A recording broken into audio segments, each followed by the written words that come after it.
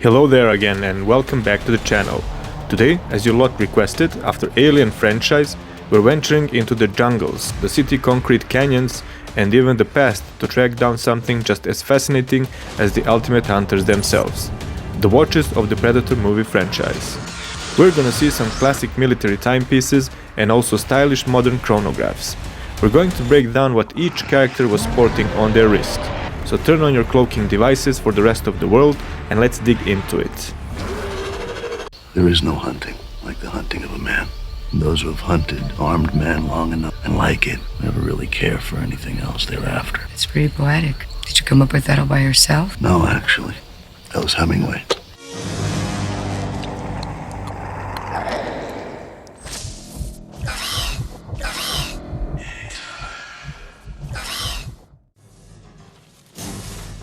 We kick things off with one that started it all, the 1987 classic, Predator, directed by John McTiernan. This movie is a masterclass in tension, and while Dutch and his team are fighting for survival, there are a few interesting watches on display. Stick around. So first up, we have a General Phillips and Dillon, along with Mac, who are all seen wearing Waltham XX01-11 watch.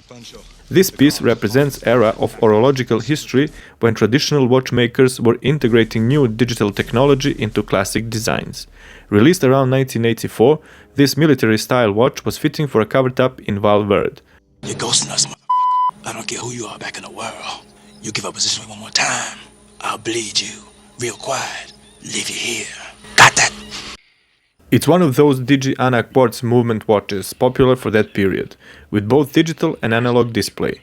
Waltham made these, but later identical watches appeared, only the brand name changed on the dial. I see you.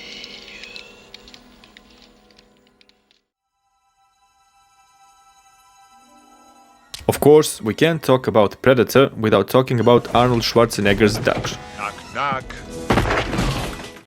He famously wears the Seiko H558-5009, now affectionately known by collectors as the Seiko Arnie. This watch gained cult status after being worn by Arnold Schwarzenegger in several 1980s action films, not only in Predator earning that nickname. This is getting better by the minute. This hybrid analog-digital diver watch became an absolute icon thanks to the Predator movie. It was perfectly suited for a commando.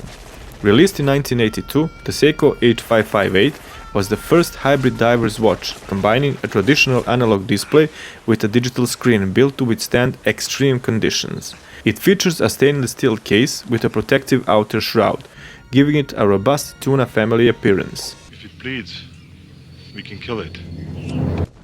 It's a beast of a diver that survived the jungle and a nuclear self-destruct. Run! Go! Get to the chopper! While Jesse Ventura, as Blaine, is known for his sexual Tyrannosaurus energy, Bunch of slap-jawed faggots around here. This stuff will make you a goddamn sexual Tyrannosaurus. Just like me. and Billy for his piercing gaze, look closely and you'll spot rugged leather and synthetic covers protecting the crystals of the team's field watches. A smart move to prevent sun glint from giving away their position. This was a common way to protect watches in rugged environments, adding to that authentic military vibe. I'm scared, Pancho. Bullshit. You ain't afraid of no man. There's something out there waiting for us, and it ain't no man. We're all gonna die. These leather covers were used a lot through the World Wars and later found its way to Vietnam, especially by Special Operation Forces. You one ugly motherfucker. 3 years later, the hunt moved from the jungle to the urban jungle, to a neon-soaked streets of Los Angeles in Predator 2, directed by Stephen Hopkins. It's like Dante's hell down here. Smoke, fire, oppressive heat. Set 10 years after the events of the first film, Los Angeles is depicted as a violent, heatwave-stricken, war zone dominated by rival Jamaican and Colombian drug cartels.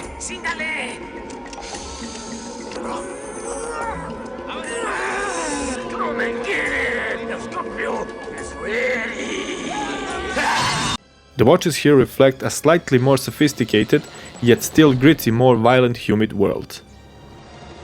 Agent Key's character, played by Gary Busey, the government spook, tracks the thermal signatures with a very cool Casio CFX 400 watch that screams tech nerd. This was cutting-edge technology for the time, a mini-computer on your wrist, perfect for an alien hunting agent. Released in 1985, it is widely considered the peak of the Casio's engineering on the wrist, as it packed the functionality of a full-size scientific calculator. This Casio has become a significant collector's item because of the soft membrane on the pad that was prone to cracking during decades, making it a very rare and hard to find in pristine condition. You're arrogant. I want to save your ass. This is between me and him. They're gone.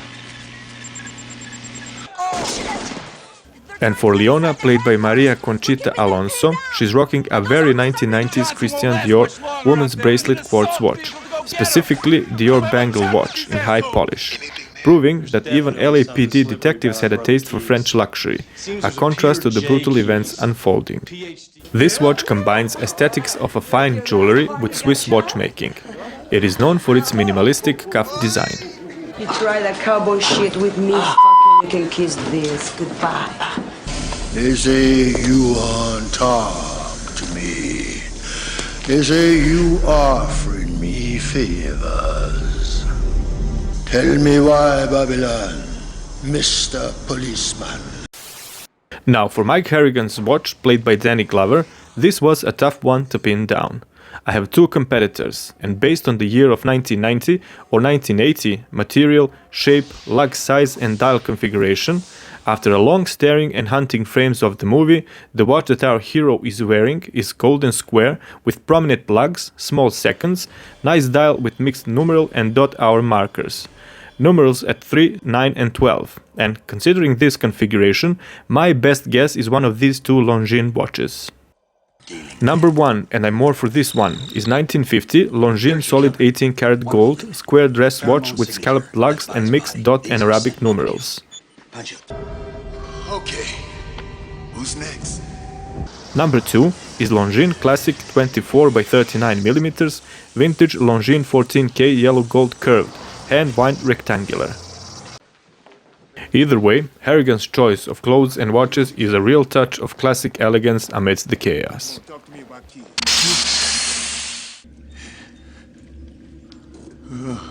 You are one ugly mother. Motherfucker.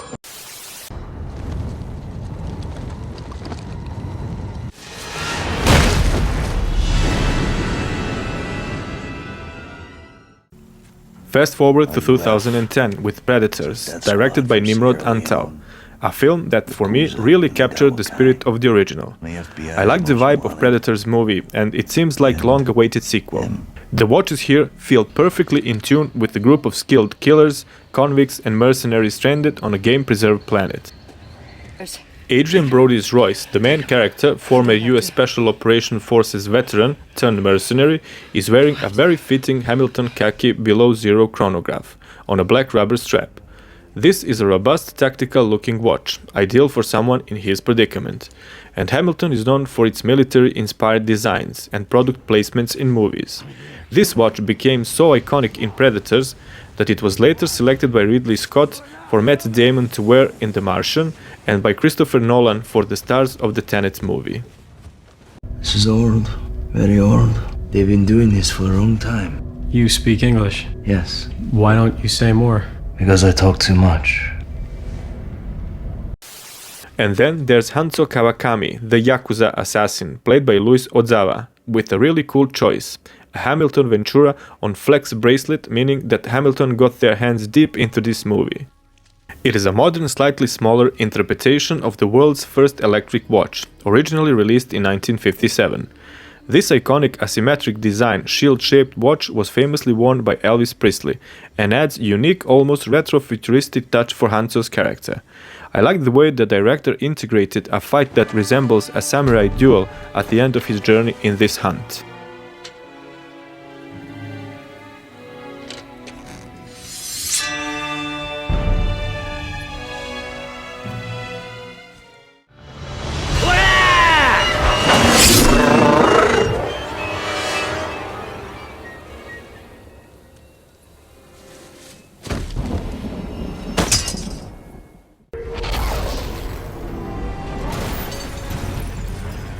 The 2018 movie The Predator brought Shane Black, who played Hawkins in the original, back as director. This one was intended to revitalize the franchise by blending R-rated action with Black's signature dark comedy. Okay, you need to put that down. What exactly is she doing with her right hand? In my unit. The movie introduces genetically enhanced predators, US Army Ranger Quinn McKenna, and a bunch of loonies fighting for their lives. Shane Black brought some modern heavy hitters to the screen, such as Boyd Holbrook, Trevante Rhodes, Keegan-Michael Key, Thomas Jane, Alfie Allen, and Sterling K. Brown. The watches in this one are a mix of rugged and interesting choices. Boyd Holbrook's Quinn McKenna is wearing a serious piece of kit. It's Casio Mudmaster, and this G-Shock is built for extreme conditions, equipped with a twin sensor for instant access to digital compass and thermometer. It's perfect for a sniper and ex-military man. It's tough, functional, and built to survive anything the universe can throw at it. Hey, come on, I got you. I got you, lady. Okay. Let's go. Hey, come on. Sorry, move. Agosto Aguilera's character, Nettles, is sporting a carbon fiber Bertucci A5P black PVD watch. It's a part of Illuminated series, which uses tritium gas tubes for constant glow as its key specification. Bertucci makes some excellent field watches, known for their durable titanium cases and utilitarian design. Another great choice for a character in high-stakes action movie. Everything okay back there? Just like that. Keegan character, Michael Key's Coil, the key part of the Loonies with dirty sense of humor. I put my money on him wearing a golden vintage 1960 or 70s automatic Omega Seamaster. It's a touch of classic luxury that stands out among the more tactical watches, possibly hinting a different background for his character. Most ridiculous thing I've ever heard. It's a space alien. Nettles, if you don't stop with this Bible shit, I'm gonna set you on fire. Why'd he come here? Finally, the antagonist, Sterling K. Brown's Trigger, is most probably wearing a Seiko Spork diver watch. This is a big, robust dive watch with a distinctive bottle cap bezel, crown at 4 o'clock, and those broad sword hands. Spork is one of the most unique and sought-after discontinued divers in Seiko's modern history. Its nickname is a blend of spoon and fork, referring to a hybrid design that blends a pilot-style dial with a professional dive watch case. It's a serious tool watch that fits his intense character.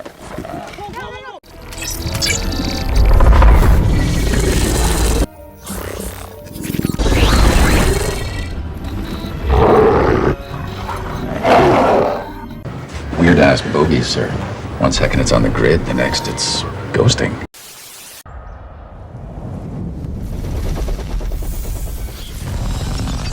Now we have to talk about 2022 Prey, directed by Dan Trachtenberg. Interesting fact, he also directed Killer of Killers and Predator Badlands. Mucho bueno movies if you ask me.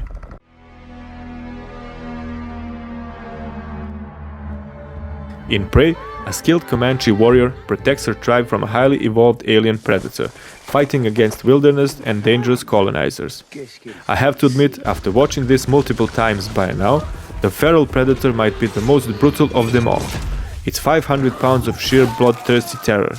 The way it tears through the Comanche and French trappers without a hint of remorse is just incredible.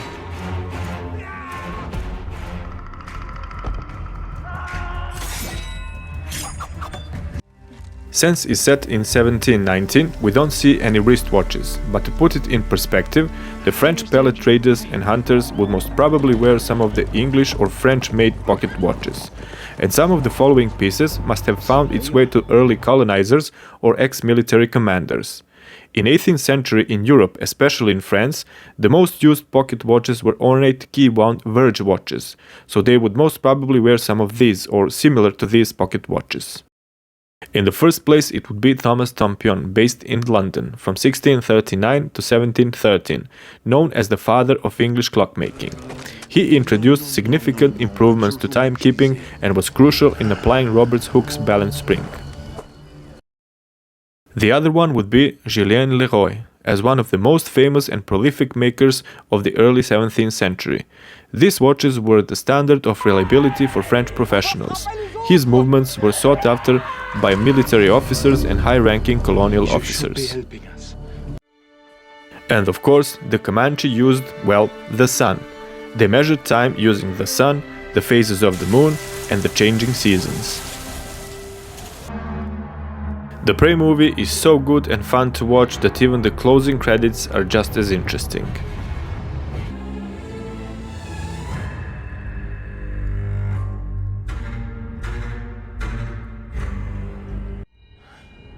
I couldn't find any of watches in The Killer of Killers because it is an animated movie, but this one needs recognition as it really captures the Predator bloody essence and is really good. Also, Badlands, due to the time and place, does not have any watches. The Yautja themselves use gauntlets, not watches, linked to their weaponry and cloaking. Since those big toasters, of course, don't use watches as well.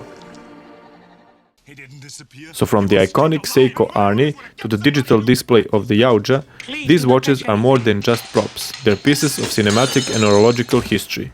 If you enjoyed this deep hunt into the Predator's timeline, hit that like button and subscribe for more breakdowns of the toughest watches in film. I want to hear from you. If you were dropped in the jungle, which of these would you want on your wrist? Let me know in the comments. Thanks for watching, and remember, if it beats, we can wear it. See you in the next one.